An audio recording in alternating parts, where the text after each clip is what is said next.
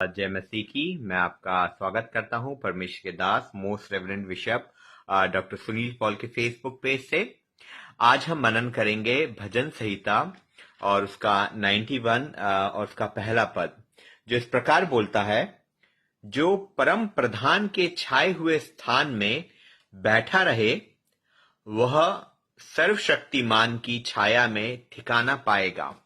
तो यहां पे हम दो चीज देखते हैं। जो पहला है बैठा रहे, और दूसरी चीज इसमें देखते हैं ठिकाना पाएगा। तो जो पहली बात है बैठा रहे, वो आपका निर्णय है। वो आपके ऊपर परमेश्वर ने छोड़ा है कि आप उस पे खुद डिसीजन ले। आप खुद डिसीजन लेना है, क्या मुझे परम प्रधान या परमेश्वर के वास स्थान में रहना है, परमेश्वर की छाया में रहना है, या परमेश्वर पे विश्वास रखना है। मेरी समस्या कुछ भी हो, पर मैं हमेशा परमेश्वर पे विश्वास करूंगा। या कोई भी समस्या है, सबसे पहले मैं परमेश्वर को बोलूंगा, या सबसे पहले जो दरवाजा मैं खटखटाऊंगा वो परमेश्वर का होगा। अगर आपका ये निर्णय है या यह निश्चय है, और तो फिर दूसरी बात होती है। और इसको हम दूसरी तरीके से भी देख सकते हैं। क्या आपका निर्णय ऐसा है जो हमें मिलता है यहोशू उसका 24 अध्याय और 15 पद में, और जिसका आखिरी भाग है वो इस प्रकार से है। परंतु मैं तो अपने घराने समेत यहोवा की सेवा नित्य करूंगा। क्या आपका डिसीजन यह है? क्या आपका निर्णय यह है कि नहीं, मैं कुछ भी हो जाए, कुछ भी परेशानी आ जाए, कुछ भी आ जाए, पर मैं अपने परमेश्वर पे भरोसा रखूंगा? अगर यह है, तो आप जब भजन संहिता 91 को पढ़ेंगे तो उसमें फिर बहुत सारी चीजें हैं जो आपके लिए है, अगर आपने ये डिसीजन लिया है। पहला तो यही है कि अगर आप परमेश्वर के छाए उस स्थान में या परमेश्वर पे विश्वास करते हैं, हर चीज के लिए अगर आप परमेश्वर पे विश्वास करते हैं, परमेश्वर पे डिपेंड करते हैं, तो आप परमेश्वर के सर्वशक्तिमान मतलब परमेश्वर की छाया में ठिकाना पाएंगे। और उसके साथ साथ भजन संहिता 91 और भी बहुत सी बातें बोलता है। अगर आप परमेश्वर में अपनी शरण ले रहे हैं, अगर आप परमेश्वर पे विश्वास कर रहे हैं, तो आपके लिए ये सारी चीजें जो हमें तीसरे पद में मिलती है, वह तुझे बहेलिये के जाल से और महामारी से बचाएगा।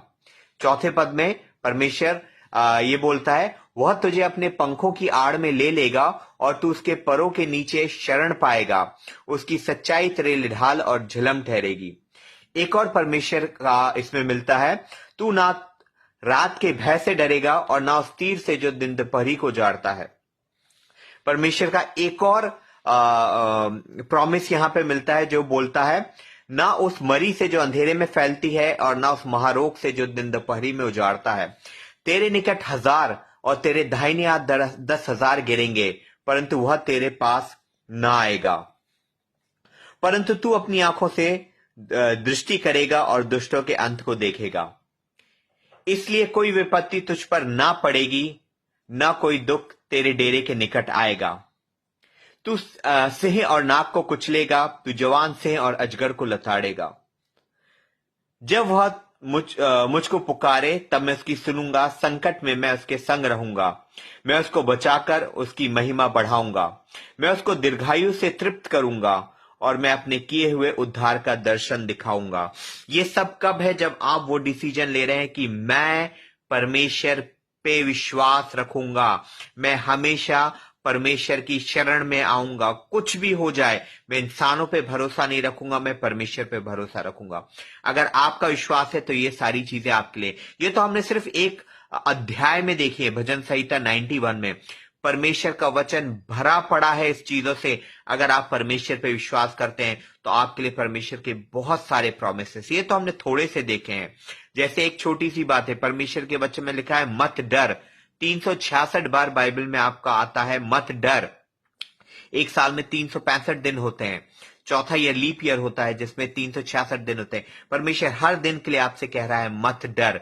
वो कब? जब आप परमेश्वर पर विश्वास करते हैं, तो आप परमेश्वर के बड़े बड़े कामों को अपने जीवन में देखेंगे। ना केवल देखेंगे, बल्कि आप वो बड़े काम खुद करेंगे और लोगों में एक गवाही बनेंगे, और लोग आपके जीवन को देख के कहेंगे कि ये परमेश्वर का प्रिय है। आप जगत की ज्योति बनेंगे, जो परमेश्वर के वचन में आप वो पृथ्वी का नमक बनेंगे।